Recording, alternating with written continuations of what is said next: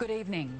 Scientology's march to recruit new members, especially those with money, is relentless, seeking out opportunities in the most unlikely places, as in the vulnerable while they're in rehab, setting the centres up to ensure a steady stream of potential clients.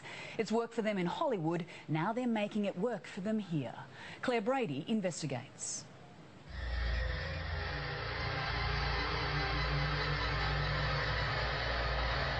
Why ask permission? We are the authorities. We are the authorities on getting people off drugs. We are the authorities on the mind. Scientology has never hidden its ruthless approach to its agenda, now attracted by drug addicts and the money of their desperate parents. Narconon is an international network of drug rehabilitation centres that utilises the discoveries of L. Ron Hubbard. Banned in several countries, Australia is its new frontier. Cunning, targeted, called Narconon. Narconon's all about recruiting people into Scientology. It's bogus. It's really quite harmful to drug addicts. It hurts people, it hurts families, it destroys. Patty Pennyadds should know. She used to run a Narconon centre in the United States. Narconon is a front group for the church, and what the church goes after is vulnerable people. She warns they'll go after me too for sniffing around.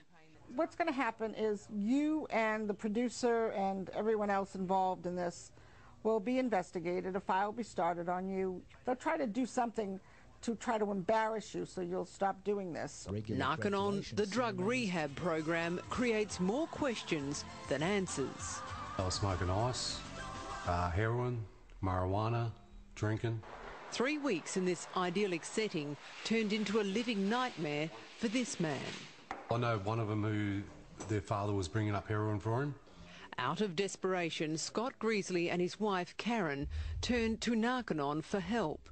The father of two battles severe depression and was self-medicating with drugs and alcohol. It's all a sham. It's all a sham. Narconon, nestled in the hills at Warburton outside Melbourne, was an expensive last resort. Scott was suicidal. They borrowed $21,000 to buy Narconon's empty promises. What they bought was its deceit, the bizarre and the dangerous. You got to sit in front of the ashtray, and then you got to command the ashtray, and it's 5 or 6 steps to it, but you got to command it and stand up in a loud voice, and then say thank you, and then sit back down on that chair. You have to thank the ashtray. And then you got to thank the ashtray, but you got to think that you're inside the ashtray. That was bizarre. Doctors say Narconon's sauna and intense vitamin program is dangerous. It starts off as 2 hours, and you do a half an hour run beforehand, and you take you start on 100 milligrams of niacin. And what about the sauna though? How long were you spending in there? And that's up to them whether you might spend 30, 40, 50, 60 days in there. Of up to 5-hour stints? Up to 5-hour stints at the end. Karen took her husband from the Narconon Centre after 3 weeks. As a qualified nurse, alarm bells were ringing. Get them out. Get them out. You're going to lose your money. I mean, the worst case scenario is that they're going to recruit your child into Scientology. Patty has seen it all before. But this was developed by Hubbard, who had little to no knowledge of medicine. This is basically quackery. It's bogus. And medical doctors have looked at this and claimed it as being bogus. My interview with Narconon's Melbourne founder, Nerida James, was going well. I guess it's looking at the cause of why a person started using drugs in the first place. But things soon soured.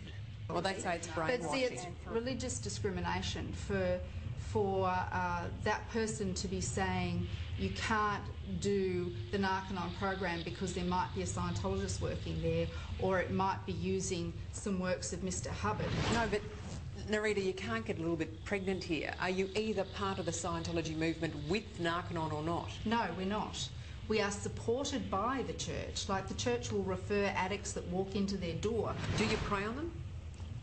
What's your definition of preying on them? Like by helping them? Or is it a clever way of signing people up to the church? Look, the Church of Scientology have their own methods of encouraging people to come in. And is this one of them? That's totally separate to Narconon. It's definitely not one of them. So I think we're done here. So thanks for coming. It's not a success story at all. It's a very unfortunate scam that people get into, and people like yourself and other people who have courage to stand up to Scientology are now exposing them and what they've been doing, and hopefully the harm will stop very soon.